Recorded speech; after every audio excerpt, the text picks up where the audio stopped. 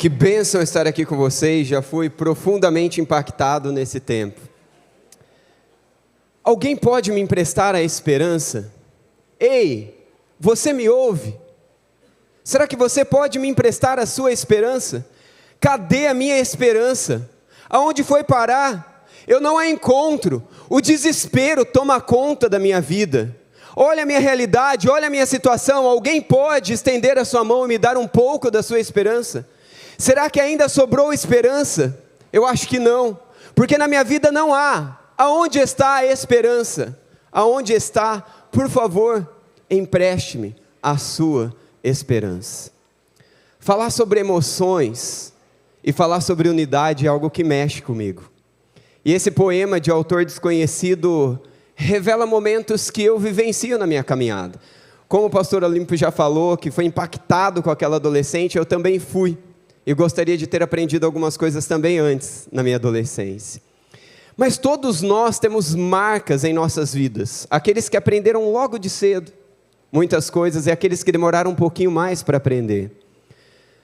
Se você pudesse ser sincero, se você pudesse abrir a sua boca hoje, como missionário, ou como um promotor de missões, ou como líderes, pastores que estamos aqui, e você pudesse dizer de fato as suas piores lutas, seus momentos de maiores fracassos, suas quedas, suas dores, como você se sentiria?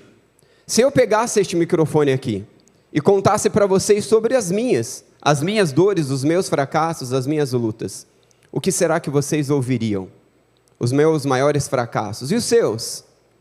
Todos nós enfrentamos problemas com as nossas emoções. O problema das emoções é algo que está dentro de nós. Nós vamos começar vendo um pouco do conteúdo que eu tenho que compartilhar com vocês, e eu vou correr com esse conteúdo, vou acabar sendo um pouco técnico na grande parte dele, mas eu quero começar desafiando e trazendo esperança ao seu coração, pretendo terminar assim, e depois à tarde, quando nós vamos ter ali uma dinâmica, uma oficina, eu pretendo ouvi-los e responder e fazer algumas coisas mais interessantes a respeito desse assunto. Mas a questão das emoções que eu preciso perguntar para mim e para você é: será que eu e você sabemos lidar com as nossas emoções? Será que a gente imagina o problema que carrega aquele que talvez está sentado ao nosso lado, que está atrás de nós, está na nossa frente? Somente juntos é que nós vamos conseguir fazer a diferença.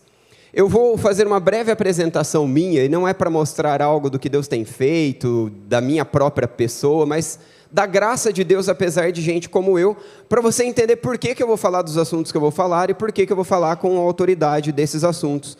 É claro que o foco é a palavra de Deus, mas acho que é importante. Eu sou casado com a Thalita, sou pai do Tomás e do Benício, o Tomás está aqui comigo.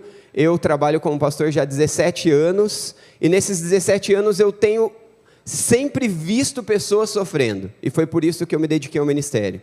E eu sempre sofri também. Eu, minha própria família, venho de um berço não cristão e vi milagres e milagres acontecendo depois de chorar inúmeras vezes dentro do banheiro, que era o único lugar que eu podia orar dentro da minha casa, o único lugar que eu podia ler a Bíblia dentro da minha casa. Hoje meus pais são cristãos, hoje o Senhor tem feito milagres sobre todos os nossos parentes. Mas de uma história como a minha, que possivelmente é semelhante à sua, seja você de um berço cristão ou não, de graça sobre graça, misericórdia e misericórdia, Deus vai criando algo nas nossas vidas. E essa canção que nós cantamos aqui antes, ela veio para me abençoar muito antes de tomar esse lugar, essa responsabilidade. Porque somente juntos é que nós podemos abençoar o outro.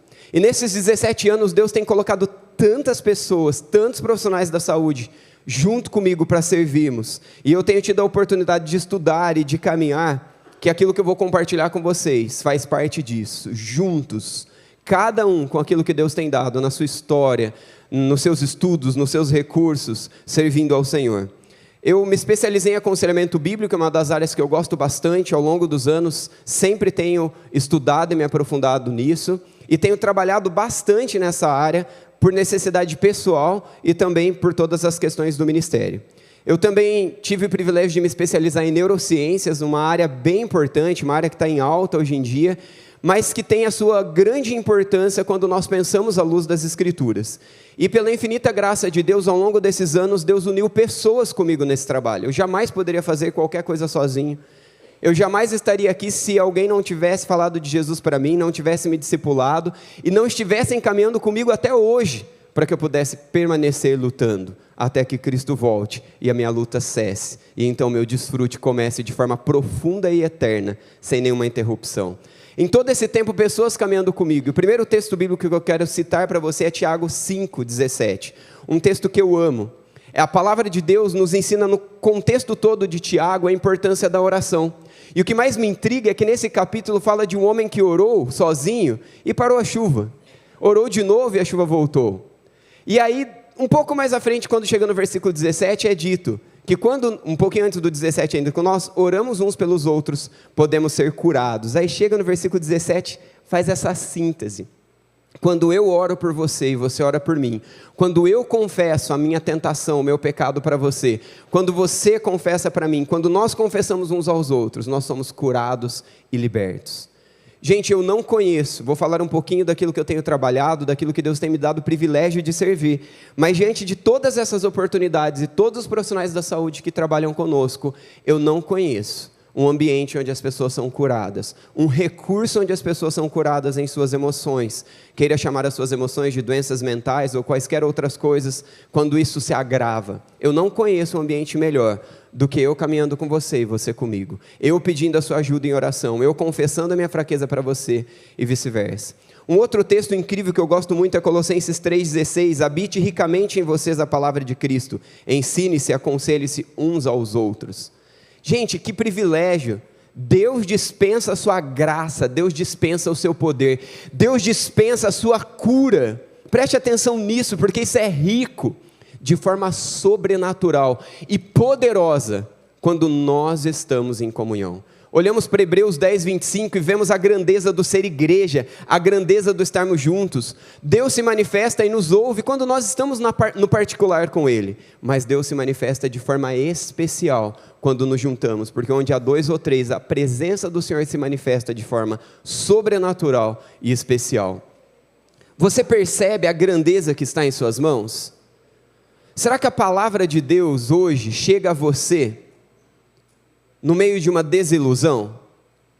Você está aqui, você está vendo quão grandioso é Cristo, a obra do Senhor, mas você sabe da sua luta que você ainda não venceu? Você sabe das suas dores emocionais, ou de traumas, ou mesmo de vícios, compulsões que ainda te dominam e tomam o centro do lugar do seu coração que deveria ser de Deus por outras coisas? Queridos, é aqui que a palavra de Deus entra e nos traz a esperança. Esperança de um Deus que proclamamos para o mundo, que sim é a salvação, mas que também é salvação para a minha situação, para a sua situação. E é disso que eu vou ter que correr bastante quando eu entrar agora no conteúdo. E antes disso eu quero dizer que Deus me deu o privilégio de ser o presidente fundador da Fundação Escape, Serviços de Saúde Integrada. Nós temos diversos profissionais da saúde, entre eles psicólogos, psiquiatras, neurologistas, diversos terapeutas e muitos terapeutas bíblicos, que para fora, dentro da igreja a gente entende como aconselhamento bíblico, mas para aqueles que não sabem o que é isso, não entendem, a gente chama de terapia. Queridos, dentro de tudo isso que Deus tem me dado o privilégio de trabalhar, eu resumiria tudo o que eu vou falar de forma técnica agora, com o que eu iniciei e pretendo encerrar depois. Agora aqui, conversando com vocês um pouquinho sobre desvendar os mistérios da mente. Nós precisamos conversar sobre isso. Aqui está a palavra em destaque, os nossos sentimentos. Se você quiser alguns conteúdos de aconselhamento bíblico no meu Instagram, eu tenho lá na minha bio para você baixar, usar. Se você quiser esse material, depois no final também você pode pedir pelo Instagram, ou para os meninos que estão me acompanhando com os livros e esse recurso.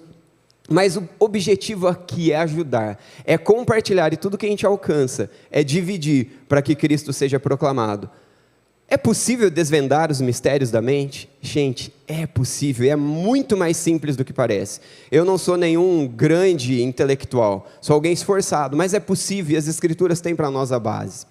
Doenças mentais, distúrbios e emoções à luz da Bíblia e da ciência. Nós precisamos entender, queridos, que primeiro, nós somos seres constituídos, cremos que nós somos seres criados, formados por Deus com sentimentos. Só que esses sentimentos, eles são alterados com aquilo que nos cercam. E nós somos dotados de diversos receptores. Dentro do conteúdo que eu disponibilizo para vocês, através daquilo que eu já falei, explica cada um dos receptores, como que eles funcionam, o que cada um tem de responsabilidade. Agora nós sabemos, o pecado entrou no mundo, e aquilo que nós deveríamos ter como receptores, ou como os nossos sentidos, esses dois meios de entrada para o nosso ser, que atingem as nossas emoções, entra a corrupção, entra o pecado. Olhamos para Gênesis, a criação perfeita de Deus, Gênesis 1 e 2, olhamos para o capítulo 3, inicialmente Eva rebatendo a mentira, a distorção de Satanás com a verdade da palavra de Deus, mas depois de rebater, ela acaba acreditando em algumas propostas que pareciam incríveis, seu coração enganoso, como Jeremias 17:9 diz, ela se entrega, cede aquilo, o pecado entra no mundo, e toda a grandeza e perfeição da criação começa a entrar em destruição. Aí então a necessidade da redenção de Cristo em nós. Agora emoção é uma coisa séria, emoção não é uma coisa simples, que a gente conversa de forma superficial e rápida. Nesse próximo slide, tem um pouquinho do propósito de Deus. Eu sei que as letras estão minúsculas, não tinha como, teria que fazer muitos PowerPoints, mas o conteúdo estará aí para vocês. Primeiro nós precisamos lembrar, Deus tem um propósito divino para nós, com os nossos receptores, nossos sentidos. Nós somos seres que em tudo isso que Deus nos deu, seja receptores ou seja sentidos, Ele nos deu com um propósito muito, muito legal. Sabe qual é? Nos relacionarmos com Ele e uns com os outros. Por isso precisamos ser um. É esse Deus que nos chama. Ele nos deu cada uma dessas questões para nos relacionarmos com eles, cada uma dessas oportunidades daquilo que somos e temos em nós. Mas o pecado está aí, e o pecado faz uma bagunça em mim e em você. E é por isso que a gente tem tanta dificuldade de se relacionar. É por isso que a gente tem tanta dificuldade também de sermos um. Bastante conteúdo aqui, mas o que eu queria dizer é, existe isso e é através dessa entrada que nossas emoções podem ser saudáveis ou doentes. E aí então todas as deturpações e os problemas que enfrentamos. Mas eu tenho uma notícia para você. Temos lá na nossa fundação médicos de diversas áreas, mas acaba se destacando os neurologistas e os psiquiatras. Temos ali excelentes psicólogos, temos psicólogos inclusive responsáveis pelo Supremo Tribunal do Estado de São Paulo. E em cada um desses profissionais, o que se responde de boca cheia é a Bíblia que tem o recurso para tratar os problemas da emoção, os problemas das doenças emocionais, das doenças mentais. Gente, isso é incrível. Cristo rompe a história, Deus envia seu Filho para encontrar gente como você, pior ainda, gente como eu. E insistentemente o seu amor insiste para que eu seja transformado, resgatado. Mas eu preciso lembrar que há uma realidade silenciosa da alma. Queridos, eu vou falar algumas coisas aqui que podem parecer contraditórias, mas o desafio é fazer você estudar e se aprofundar nesse tema importante. E se você tem um problema a ser tratado, que você busque ajuda correta, à luz da palavra de Deus e com todos os recursos das ciências redimidos pela palavra de Deus, para que você seja curado, abençoado de forma profunda pelo Senhor. Mas aqui, nessa realidade silenciosa da alma, é que nós nos encontramos com o nosso cotidiano. Quantos de nós conhecemos pessoas que enfrentam problemas de emoção graves, problemas de distúrbios graves, e até recebem diagnósticos, às vezes corretos, às vezes não, e isso que a gente pode trabalhar um pouquinho mais. Dentro de tudo isso, eu e você precisamos enfrentar que essa é uma realidade dura, complicada, mas faz parte de cada um de nós. Agora eu te pergunto, e você, onde você está nesse cenário? Quem é você aqui? Será que você é daquele que vivencia na pele, vivencia no corpo o desafio de doenças mentais, de doenças emocionais? Quem de nós nunca enfrentou uma sudorese atípica por uma ansiedade que tenta nos acorrentar? Quem de nós nunca enfrentou uma tremedeira, um desespero que parece tomar conta de nossas emoções? Quem aqui nunca enfrentou o desejo de que Cristo volte agora, porque eu não quero mais enfrentar os problemas do meu próprio coração, quanto mais daqueles que me rodeiam? É exatamente nessa realidade comum das nossas vidas, que Cristo e sua palavra vêm com soluções tangíveis e abordagens significativas, criteriosas, para atingir as raízes e não apenas os sintomas. O mundo está tentando tatear no escuro a solução para as emoções. Mas quem criou as nossas emoções foi Deus. Quem nos deu todos os receptores que dão acesso a ela foi Deus. Quem nos deu todos os sentidos que antes categorizava-se como 5, como 6, e hoje se categorizam como um número talvez incontável, foi Deus. E Ele sabe quem você é, Ele sabe quem eu sou. E a sua palavra e o seu poder sobrenatural deseja redimir todas as coisas da ciência e usar todas as bênçãos da sabedoria da ciência para nos levar a curas. Agora, eu e você precisamos saber que este não é um campo simples, este não é um campo fácil de ser vivido. Mas eu volto no começo daquilo que eu já falei, de Tiago 5:17, de Colossenses capítulo 3:16.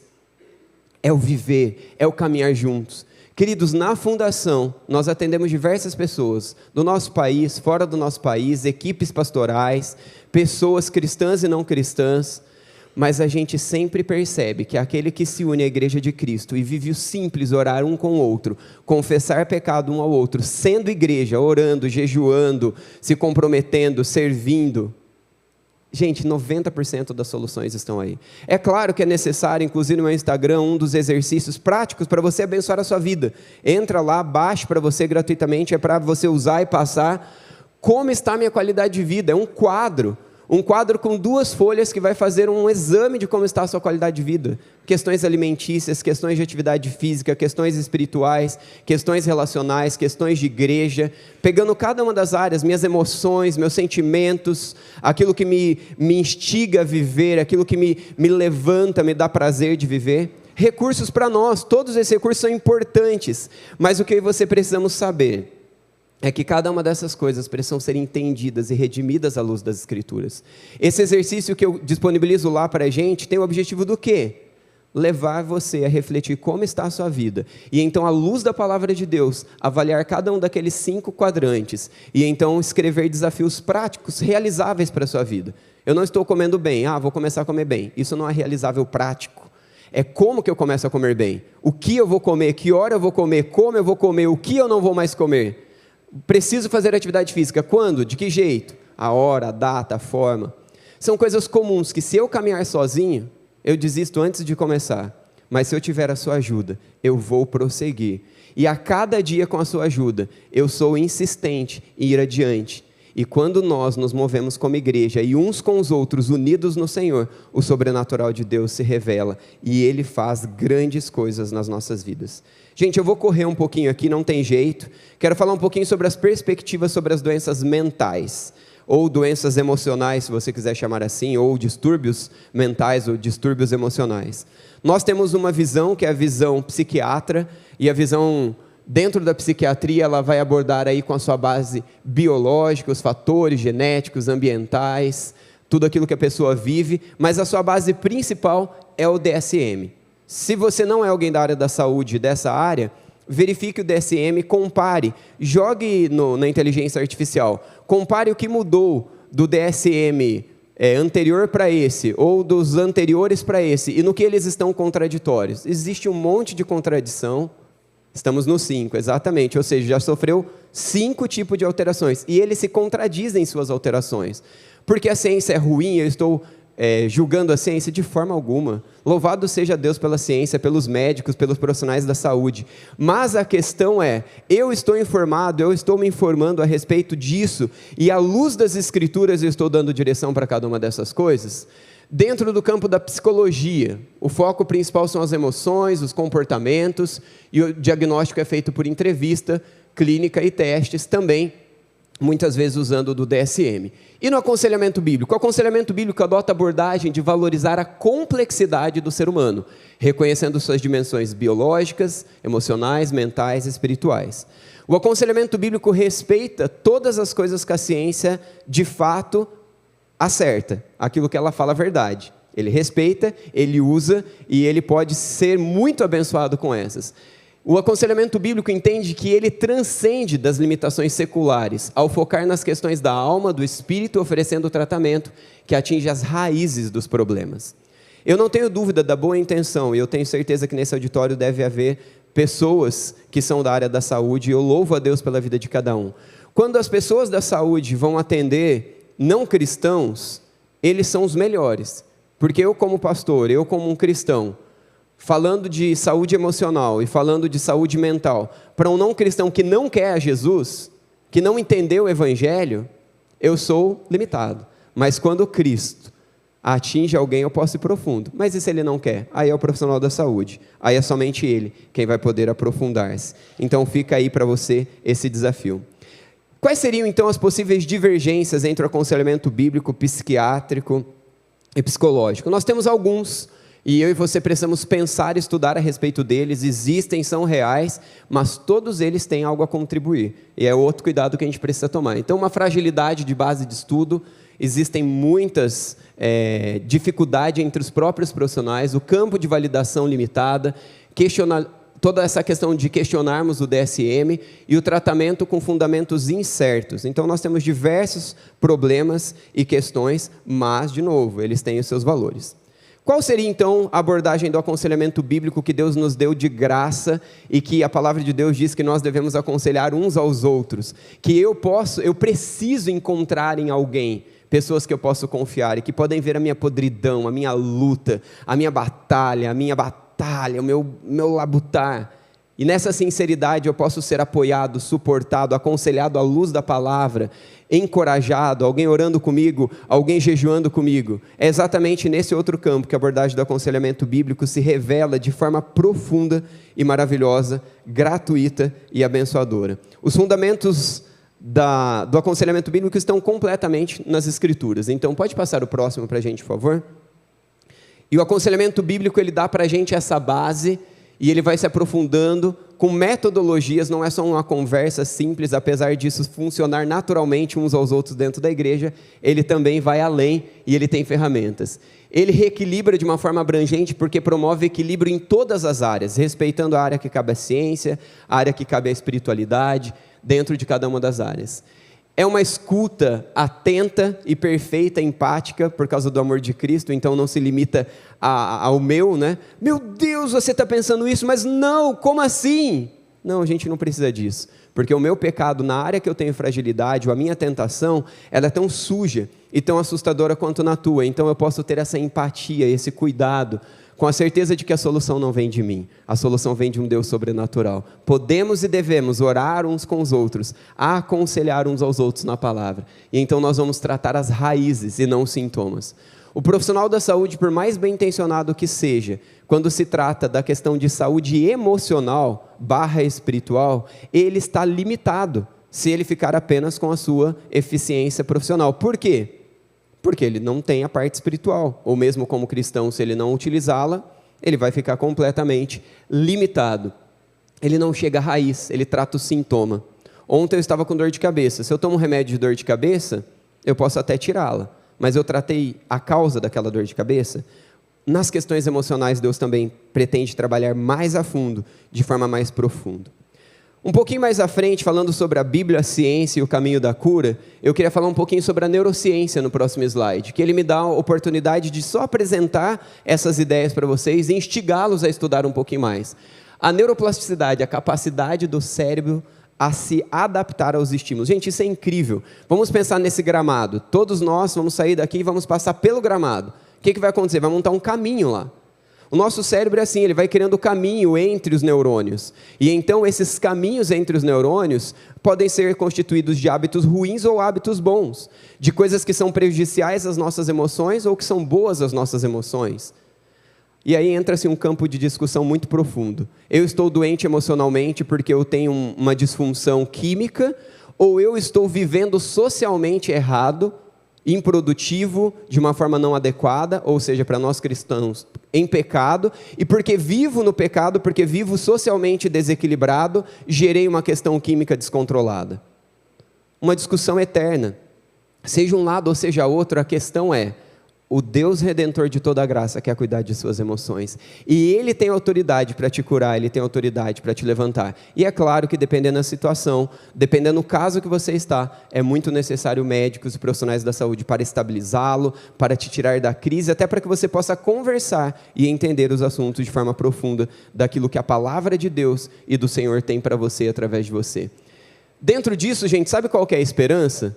A ciência, a neurologia, ou então a neurociência nessa questão, está falando sobre esses caminhos possíveis. Só que da mesma forma que os caminhos são construídos, igual eu exemplifiquei com a grama, nós podemos diminuir esses caminhos como? Deixando de passar neste mesmo lugar, deixando de pensar este mesmo pensamento, deixando de agir dessa mesma forma. Mas Walter, como que eu vou deixar de pensar? Como que eu vou deixar de agir e reagir como eu estou agindo? Eu sei que isso me faz mal. Eu como do jeito que eu não deveria comer, eu não me exercito do jeito que eu deveria me exercitar, eu penso que eu não deveria pensar, eu ajo como eu não deveria agir, eu olho como eu não deveria agir.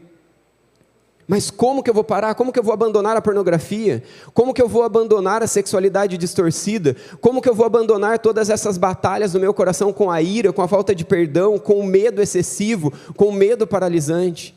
Deixando de fazer o caminho ruim para fazer o caminho certo. A palavra de Deus tem um monte de verdade sobre isso. Quando nós olhamos para Efésios 4, despir e revestir. A palavra de Deus fala sobre aquilo que a neurociência está falando na neuroplasticidade muito antes. Quando eu deixo de fazer algo errado, quando eu paro de pensar algo errado, etc., etc., eu começo a criar novos caminhos neurais, e nesses novos caminhos neurais eu começo a fortalecer um bom hábito, a fortalecer aquilo que é saudável, aquilo que é bom. Mas e como que eu paro? Queridos, parar com alguns hábitos, deixar algumas questões, é quase que uma morte para nós mesmos. Dói real, dói no físico, é desesperador. É como uma pessoa que está viciada em algum tipo de droga das mais fortes, fica com uma abstinência. Você abandonar um hábito pecaminoso, você abandonar uma forma de viver não saudável, biblicamente, espiritualmente, fisicamente, emocionalmente, etc., etc., vai doer e você vai se sentir muitas vezes que não tem como.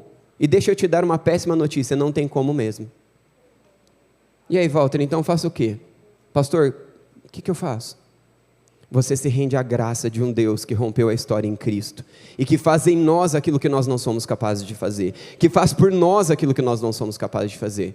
Ele, Cristo, da mesma maneira que o nosso Deus em Jesus Cristo deu toda a força para o apóstolo Paulo passar por perseguições, dores, naufrágios, tudo que ele passou, e ele pôde dizer em Filipenses 4,13, que ele aprendeu contentamento, no capítulo 4, que ele aprendeu contentamento, e no versículo 13, que ele aprendeu viver bem e suportar todas as coisas e passar por elas e estar satisfeito no Senhor, este mesmo Deus me capacita a isso. Walter, mas eu tenho buscado e não consigo. Você está fazendo isso com alguém? Você está caminhando com outras pessoas nessa batalha? Você está aprendendo, estudando como tratar as causas e não os sintomas? Porque se você tratar só os sintomas, você não vai ter a bênção que o Senhor tem para você.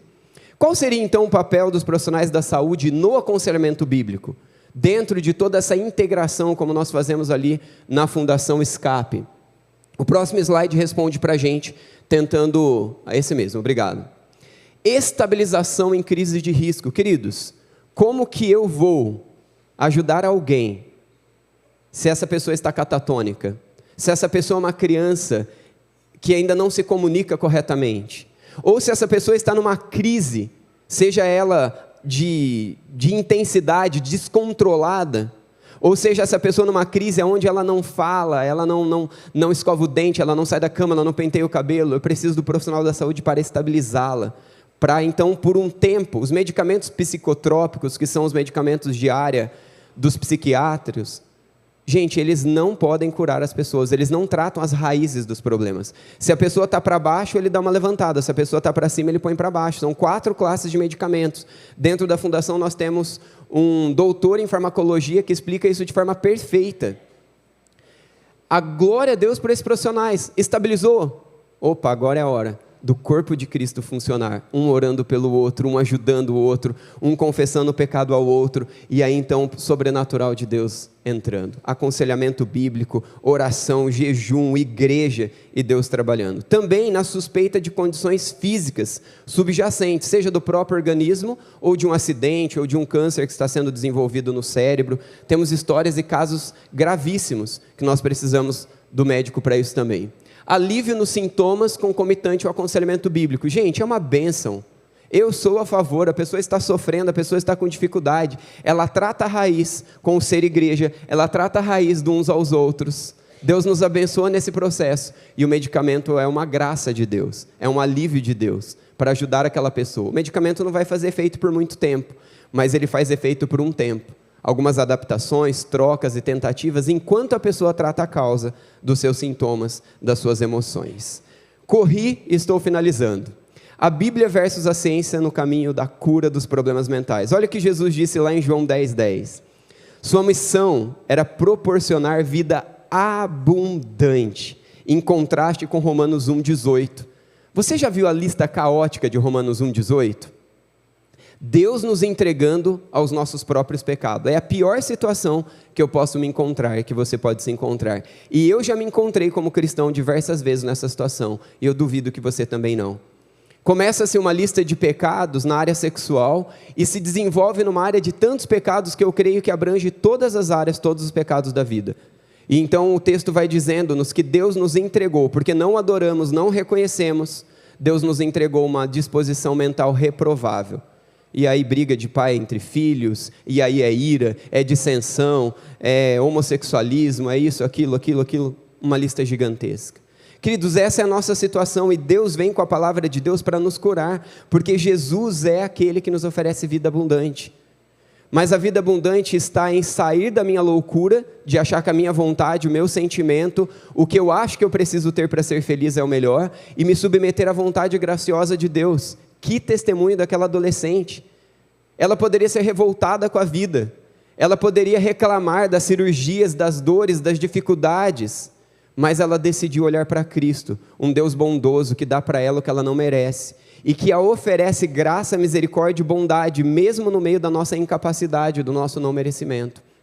E aí nós somos resgatados. E aí, independente da nossa situação, independente do nosso caso, Deus, em sua bondade, nos levanta, nos cura, redime a nossa história e nos usa uns na vida dos outros, na vida dos outros. O último slide tem aí o QR Code, se você quiser pegar os conteúdos, se você quiser perguntar alguma coisa, pedir algo, os meninos também estarão à disposição. Eu quero pedir que você feche seus olhos, eu quero orar com você. E eu imagino que você carrega como eu algumas lutas emocionais. Fale para o Senhor agora. De olhos fechados, cabeças baixas, fale com o Senhor.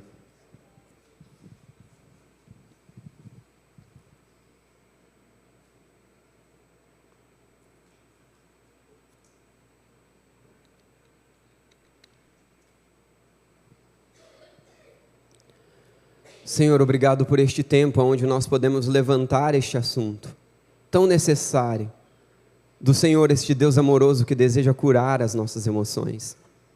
Seja a nossa emoção em relação à ira, à impaciência, ao descontrole, a vícios, a compulsões, talvez aqueles que já até adoeceram na mente e até no corpo físico. Obrigado porque o Senhor nos traz a esperança. Obrigado porque o Senhor nos ensina o caminho de tratar de forma profunda, não apenas os sintomas, mas também as causas, para que o Senhor seja plantado em nós, visto em nós e proclamado por nós. Senhor, não permita que ninguém saia daqui nesta manhã desencorajado de si mesmos, mas que de verdade, ó Deus, o Teu Santo Espírito direcione os passos para o ser um em Cristo, na caminhada uns com os outros, com sabedoria, com prudência, com discernimento da Tua Palavra, viverem a restauração proposta pelo Senhor. Que juntos, enquanto estamos sendo restaurados e curados, possamos proclamar para o mundo que o Senhor é a esperança, mas também para a igreja que Tu és a esperança. Em nome do Senhor Jesus, Pai, traga a esperança àquele que chegou aqui sem esperança. Permita, Senhor, que eu e cada um de nós tenhamos a sensibilidade do Teu Santo Espírito para irmos até alguém dentro deste acampamento, levando um pouco do Seu amor, um pouco do seu aconselhar na palavra, mas também do expor as nossas limitações, as nossas batalhas, para que sejamos auxiliados. Nos ajude a carregar os fardos uns dos outros, orarmos uns pelos outros, suportarmos uns aos outros, ajudarmos uns aos outros à luz da Tua palavra. E então, ó Deus, que o mundo veja que a ciência é uma bênção, mas que a igreja é perfeita, e a graça do Senhor se move de forma curativa. Em nome do Senhor Jesus, abençoa-nos, renova-nos, encoraja-nos, capacita-nos. E no período da tarde, nos ajude a tirar dúvidas, seja na dinâmica, seja na conversa, que tudo ali o Senhor se mova, para que sejamos capacitados e ferramentados no Senhor. Em nome de Jesus, amém. Obrigado, queridos, Deus abençoe.